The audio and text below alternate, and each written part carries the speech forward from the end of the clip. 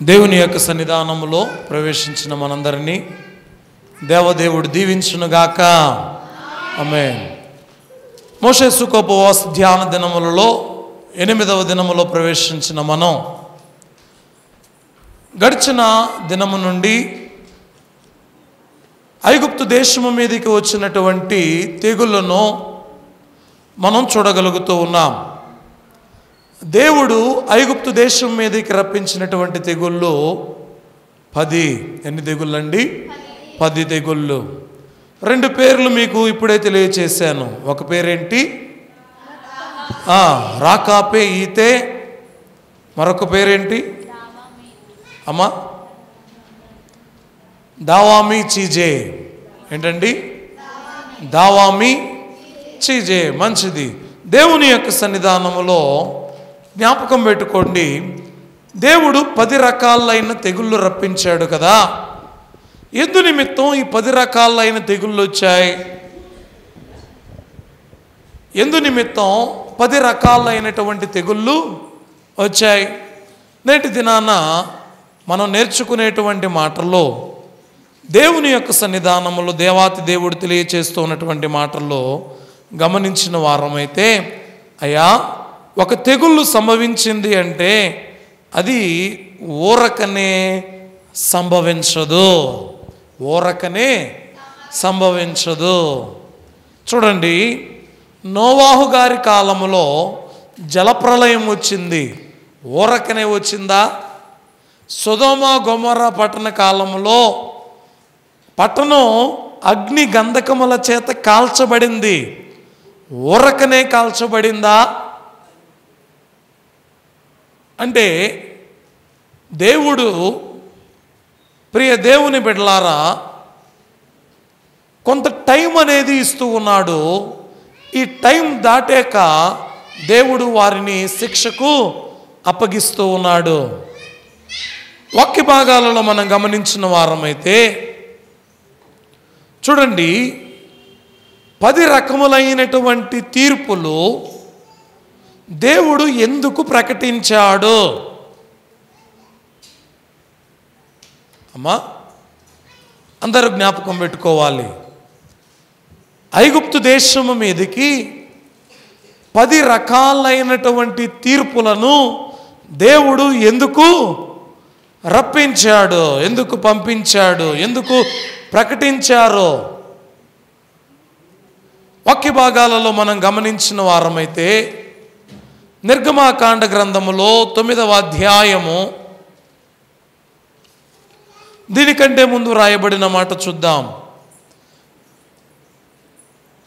నిర్గమాకాండ గ్రంథం 7వ అధ్యాయం 4వ వచనములో, ఫరో మీ మాట వినడు గాని నేను నా చెయ్యి ఐగుప్తు మీద వేసి గొప్ప తీర్పుల చేత నా సేనలను ఇశ్రాయేలీలైన నా ప్రజలను ఐగుప్తు దేశములో నుండి వెలుపలికి రప్పించెదను. అమ్మా, వాక్య భాగములో చెప్పబడుతున్నటువంటి మాట, ఫరో మీ మాట వినడు కానీ నేను నా చెయ్యి ఐగుప్తు మీద వేసి గొప్ప తీర్పుల చేత నా సేనలను ఇశ్రాయేలీలైన నా ప్రజలను ఐగుప్తు దేశములో నుండి వెలుపలికి రప్పించెదను. దేవుడు ఏం చేస్తానంటున్నాడు అంటే, ఆయన తన చెయ్యి చాపి ఐగుప్తు మీద వేసి గొప్ప తీర్పుల చేత నా సేనలను, చూడండి దేవాతి దేవుడు తెలియచేస్తున్నటువంటి మాట, అయ్యా 10 రకాలైనటువంటి తీర్పులు రావడానికి దేవదేవుడు ముందుగానే తెలియచేస్తూ ఉన్నాడు. ఫరో మీ మాట వినడు, మీ మాట వినడు. నేను నా చెయ్యి ఐగుప్తు మీద వేసి గొప్ప తీర్పులను రప్పించబోతూ ఉన్నాను. చూడండి, 10 రకాలైనటువంటి ఈ తీర్పులు రావడానికి గల కారణము మొట్టమొదటిగా 9వ అధ్యాయములో రాయబడిన మాట 14వ వచనం, సమస్త భూమిలో నా వంటి వారెవరునూ లేరని నీవు తెలుసుకొనవలెనని ఈసారి నేను నా తెగులన్నీయు నీ హృదయమునొచ్చునంతగా నీ సేవకుల మీదకి నీ ప్రజల మీదకి పంపెదను. అమ్మా, వాక్యం చెబుతూ ఉన్నటువంటి మాట, సమస్త భూమిలో నా వంటి వారు ఎవ్వరూ లేరని నీవు తెలుసుకోవడానికి నేను ఏం చేయబోతూ ఉన్నా? అమ్మా చెప్పండి, ఏం చేయబోతూ ఉన్నా? మాట్లాడట్లా. దేవుడు ఈ 10 రకాలైనటువంటి తెగుళ్ళు రప్పించడానికి గల కారణం, ఎందుకు దేవుడు ఐగుప్తు దేశము మీద 10 రకాలైనటువంటి తీర్పులనిచ్చాడు, తెగుళ్ళనిచ్చాడు, ఎందుకు ప్రకటించాడు అంటే, ఫరోకి దేవుడు చెబుతూ ఉన్నాడు, సమస్త భూమిలో నా వంటి వారెవ్వరునూ లేరని నీవు తెలుసుకొనవలెనని. ఏం చేయాలండి? ఏమ్మా మీరెవరు మాట్లాడట్లా? చెప్పండి, ఎందుకని తెగుళ్ళు వస్తున్నాయండి? దేవుడు ఎందుకు తెగుళ్ళను పంపిస్తున్నాడు?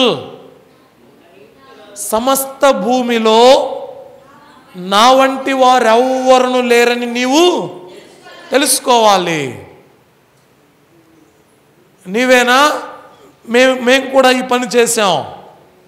నీవేనా నీళ్లను రక్తంగా మార్చింది? మేము కూడా నీళ్లను రక్తంగా మార్చాం. నీవేనా కర్రను పడవేసి పామును చేసింది? మేము కూడా చేసాం. నీవు చేయగలిగావు, మేము కూడా చేయగలిగాం. నీవు నీళ్లను మార్చగలిగావు, మేమును నీళ్లను మార్చగలుగుతూ ఉన్నాం. అయితే దేవుడు చెబుతూ ఉన్నటువంటి మాట, ఈసారి నేను నా తెగుళ్ళన్నీ నీ హృదయము నొచ్చునంతగా నీ సేవకులందరి మీదికి, నీ ప్రజలందరి మీదికి పంపెదను. అంటే ఈ 10 రకాల తెగుళ్ళను బట్టి ఈ ఫరో ఏం తెలుసుకోవాలి అంటే, ఇప్పుడు నేను సేవిస్తున్నా, ఆరాధిస్తున్నా దేవుని కంటే ఈయన గొప్పవాడు. చూడండి, ఆ మాట కూడా అక్కడ ఉంది. 12వ అధ్యాయము 12వ వచనములో,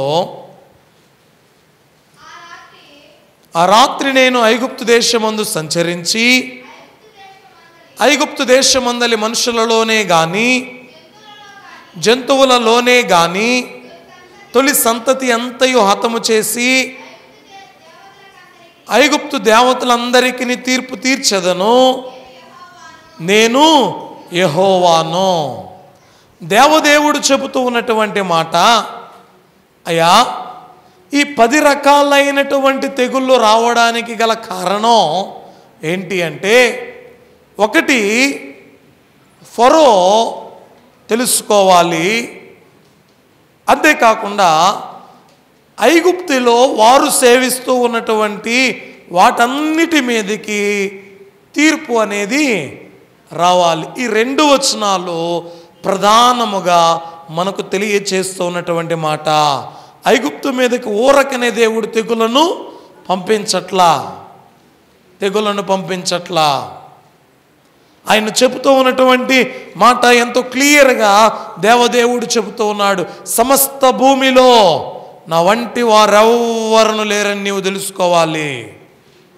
సమస్త భూమిలో నా వంటి వారెవ్వరును లేరని నీవు తెలుసుకోవాలి.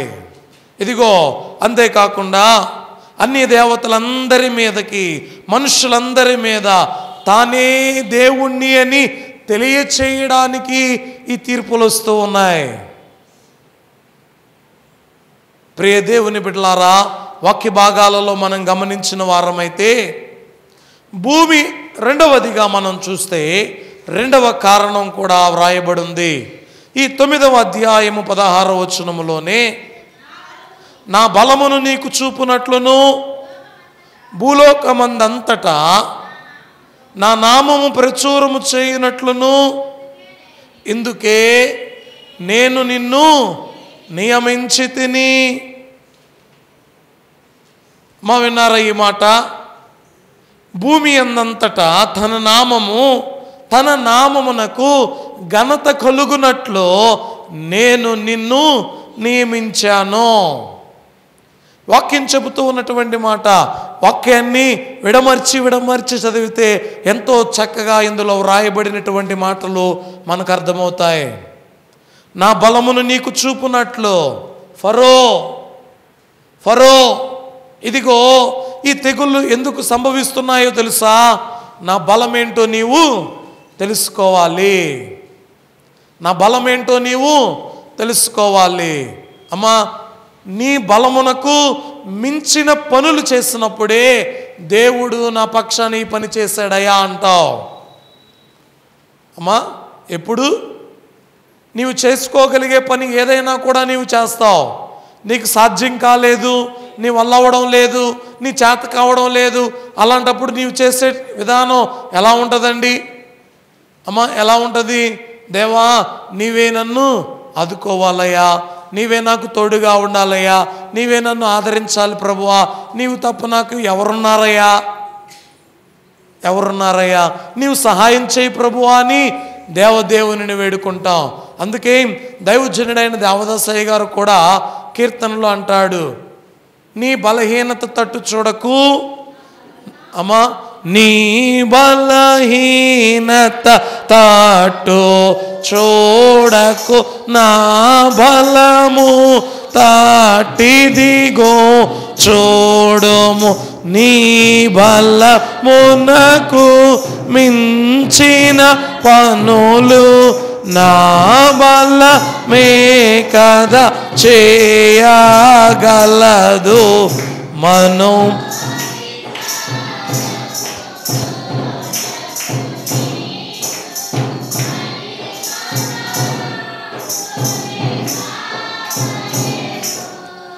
ప్రియ దేవుని బిడ్డలారా, ఫరో ఏం తెలుసుకోవాలి అంటే దేవుని బలము ఎంత గొప్పదో, దేవుని శక్తి ఎంత గొప్పదో, దేవుని ఔన్నత్యము ఎంత ఉన్నతమైనదో ఫరో తెలుసుకోవాలి. చూడండి, వ్రాయబడిన మాట, నా బలమును నీకు చూపునట్లు, నా బలం నీకు చూపునట్లు భూలోకమందంతటా నా నామమును ప్రచురము చేయనట్లు. ఎవరు చెప్పాలి? దేవుని గురించి ఎవరు చెప్పాలి అంటే ఫరో చెప్పాలి. ఫరో తెలియచేయాలి, అయ్యా ఇశ్రాయేలీల దేవుడే దేవుడు అని భూలోకమందంతటా ప్రచురపరచాలి. అందుకే మనం కూడా భూలోకమందంతటికి సువార్త పోవటకు ఇండియా ప్రధానము. చూడండి, రోమాపత్రికలో రాయబడిన మాట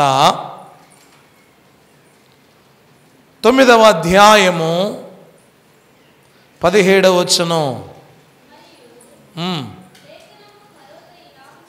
లేఖనము ఫరోతో ఇలాగు చెప్పెను, వినండి, నేను నీ యందు నా బలమును చూపుటకును నా నామము భూలోకమందంతటా ప్రచురమగుటకును అందు నిమిత్తమే నిన్ను నియమించితిని. అమ్మా, ఫరోను దేవుడు ఎందుకు నియమించుకున్నాడు? విన్నారండి ఈ మాట? ఫరోను దేవుడు ఎందుకు ఏర్పాటు చేసుకున్నాడు? ఫరో హృదయాన్ని దేవుడు ఎందుకు కఠినపరుస్తూ ఉన్నాడు? ఫరోను దేవుడు నియమించుకుని ఏ కార్యము చేయబోతూ ఉన్నాడు? అమ్మ, మీకు అర్థమవుతుందా నా మాట? ఏమండి, మోషేను దేవుడు నియమించుకున్నాడు, అహరోనును దేవుడు నియమించుకున్నాడు అని మనం నేర్చుకుంటూ ఉన్నాం. కానీ దేవుడు ఎవరిని నియమించుకున్నాడో తెలుసా? ఎవరినండి? ఫరోను నియమించుకున్నాడు. ఫరోను నియమించుకొని దేవుడు తెలియచేస్తూ ఉన్నటువంటి మాట, ఫరో, నా బలమేంటో నీకు తెలియాలి. అంతేకాదు, నీవు నా నామమును ప్రచురపరచాలి. చూడండి ప్రియ దేవుని బిడ్డలారా, భూమి ఎందంతటా తన నామము ఘనత కలుగుటకు దేవుడు ఎవరిని ఏర్పాటు చేసుకున్నాడు అంటే ఫరోని ఏర్పాటు చేసుకున్నాడండి. ఆయన అంటాడు, ఇశ్రాయేలీల దేవుడే దేవుడు అన్నాడా లేదండి? అమ్మా, నెబుకద్నెజరు కాలంలో నెబుకద్నెజరు చెప్పినటువంటి మాట ఏంటో తెలుసా? దానియేలు సేవించే దేవుడే దేవుడు. అర్థమైందండి? చూడండి, అక్కడ నెబుకద్నెజరును దేవుడు నియమించుకున్నాడు. ఎందుకు అంటే అక్కడ ఉన్న ఆ ప్రజలందరికీ, ఆ దేశమందంతటా దేవుని గురించి తెలియబడాలి అంటే ఎవరిని ఏర్పాటు చేసుకోవాలి? దానియేలును ఏర్పాటు చేసుకుంటే పని జరగదు. దానియేలును ఏర్పాటు చేసుకుంటే పని జరగదు. దేవుని గురించి ఈ ప్రపంచమంతటికి, ఈ దేశమంతటికి తెలియాలి అంటే ఆ దేశంలో ఉన్న రాజుని ఏర్పరచుకోవాలి. రాజు శ్రమ పెట్టడం మొదలుపెట్టాడు. రాజు శిక్షలను విధించడం మొదలుపెట్టాడు. రాజు సింహాల బోనులో పడవేయమన్నాడు. కానీ దానియేలు మాత్రం సంతోషముతో సింహాల బోనులోనికి వెళ్ళాడు. చూడండి ప్రియ దేవుని బిడ్డలారా, మనం గమనించిన వారమైతే దేవుడు ఒక్కొక్క టైంలో ఒక్కొక్కరిని ఏర్పాటు చేసుకుంటాడు. ఒక్కొక్క టైంలో ఒక్కొక్కరిని ఏర్పాటు చేసుకుంటాడు. ఆయన నియమించుకుంటాడు. ఎందుకో తెలుసా? ఆయన నామ ఘనత కొరకు. ఎందుకండి? ఆయన నామ ఘనత కొరకు. యేసుక్రీస్తు ప్రభు వారిని ఏర్పాటు కాలంలో రోమా ప్రభుత్వపు వారు ఉన్నారు. ఆ కాలంలో మనం గమనిస్తే మనం, అయ్యా, రోమా ప్రభుత్వపు వారు ఏ విధముగా ఆయనకు శిక్ష విధించారు, ఏ విధముగా ఆయన కొరడాలతో కొట్టారు, ఏ విధముగా ఆయనను హింసించారు, ఏ విధముగా ఆయనను శిలువ మ్రాను మీద వేలాడదీశారు, ఏ విధముగా ఆయనను మరణానికి అప్పగించారు అన్ని అనేక మాటలను మనం వింటూ నేర్చుకుంటూ ఉంటాం. అయితే ప్రియ దేవుని బిడ్డలారా, రోమా ప్రభుత్వపు వారే మొట్టమొదటిగా క్రీస్తుని అంగీకరించిన వారుగా ఉండడాన్ని మనం చూస్తూ ఉన్నాం. నేటి దినాన దేవుని యొక్క వాక్య భాగాలలో మనం గమనించిన వారమైతే ఒక మాట నేర్చుకుంటూ ఉన్నాం. అయ్యా, ఐగుప్తు దేశం మీదకి దేవుడు ఎన్ని తెగుళ్ళు రప్పించాడు? 10 తెగుళ్ళు. ఈ 10 తెగుళ్ళు అసలు రావడానికి గల కారణం ఏంటి అంటే, మొట్టమొదటిగా అన్య దేవతలందరికీ, మనుషులందరి మీద తానే దేవుణ్ణి అని తెలియచేయడానికి ఈ 10 రకాల తెగుళ్ళు వచ్చాయి. రెండవదిగా ఫరోని నియమించుకోవడానికి గల కారణం, ఈ 10 తెగుళ్ళు రావడానికి గల కారణం ఏంటి అంటే, భూమి యందంతటా తన నామ ఘనత కొరకు. ఏమండి? భూమి యందంతటా తన నామ ఘనత కొరకు. చూడండి, వాక్య భాగాలలో మనం చూస్తే ఏలియా గారి కాలంలో చూస్తాం. ఏలియా గారి కాలంలో ఏలియా గారు ఒక్కడే ఉన్నాడు. బయలు ప్రవక్తలు 400 మంది ఉన్నారు. చూడండి, ఇప్పుడు వీరందరికీ ఏలియా ఆరాధించే దేవుడే దేవుడు అని వీరికి తెలియాలి. తెలియాలి అంటే ఏం చేయాలండి? చూడండి, ఇప్పుడు ఈ 400 మంది చేసిన పని ఒకటి. ఏం చేస్తున్నారు? వాయిద్యములు వాయిస్తున్నారు, ధూపములు వేస్తున్నారు, ఆరాధిస్తూ ఉన్నారు. రకరకాలుగా వారి ప్రయత్నాలన్నీ వారు చేస్తూ ఉన్నారు. ఎందుకు? ఈ యొక్క బలి దేవుడు అంగీకరించాలి అని. కానీ ఏలియా వచ్చి బలిపీఠం కట్టి దాని మీద దానిని పరుండబెట్టి దేవునికి ప్రార్థన చేశాడు. ఆకాశము నుండి అగ్ని దిగి వచ్చి దహించి వేసింది. అర్థమవుతుందండి? అంటే ఏలియా గారి కాలంలో దేవుడు ఏలియాని ఏర్పాటు చేసుకుని తనను తాను తెలియచేసుకుంటూ ఉన్నాడు. అబ్రహాము గారి కాలములో అబ్రహామును ఏర్పాటు చేసుకున్నాడు. ఇస్సాకు గారి కాలములో ఇస్సాకుని, యాకోబు గారి కాలములో యాకోబుని, ఈ విధంగా యోసేపుని, ఇశ్రాయేలీయుల కాలములో మోషేని, ఈ విధముగా దేవుడు ఒక్కొక్కరిని ఏర్పాటు చేసుకుంటూ ఉండడానికి గల కారణం ఏంటో తెలుసా? తన నామ ఘనత కొరకు. నేటి దినాన ఎవరిని ఏర్పాటు చేసుకున్నాడండి? అమ్మా, మనందరినీ కూడా ఏర్పాటు చేసుకున్నాడు. మనలను ఏర్పాటు చేసుకోవడానికి గల కారణము ఏంటి అంటే ఆయన నామము ఘనపరచబడాలి, ఆయన నామము మహిమపరచబడాలి. చూడండి, అంతేకాకుండా మూడవదిగా చూస్తే నిర్గమాకాండ గ్రంథములో 6వ అధ్యాయము 7వ వచనం, మిమ్మును నాకు ప్రజలుగా చేర్చుకుని మీకు దేవుడనయ్యుందును. చూడండి అమ్మా, ఏం చేస్తానంటున్నాడండి దేవుడు? ఆయన చెబుతూ ఉన్నటువంటి మాట, మిమ్మును. ఈ 10 తెగుళ్ళు ఎందుకో తెలుసా? ఐగుప్తు దేశములో నుండి నేను మిమ్ములను వేరు చేయడానికి, మిమ్మును నాకు ప్రజలుగా చేర్చుకొనడానికి ఈ 10 రకాల తెగుళ్ళు. ఈ 10 రకాల తెగుళ్ళు ఎందుకండి? మిమ్ములను నేను నా ప్రజలుగా ఏర్పరచడానికి.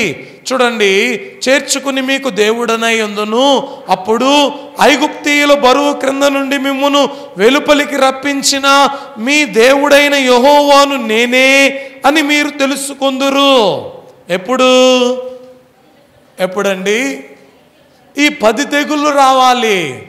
ఈ 10 తెగుళ్ళు రావాలి, కానీ ఎవరి మీదకి రావాలి?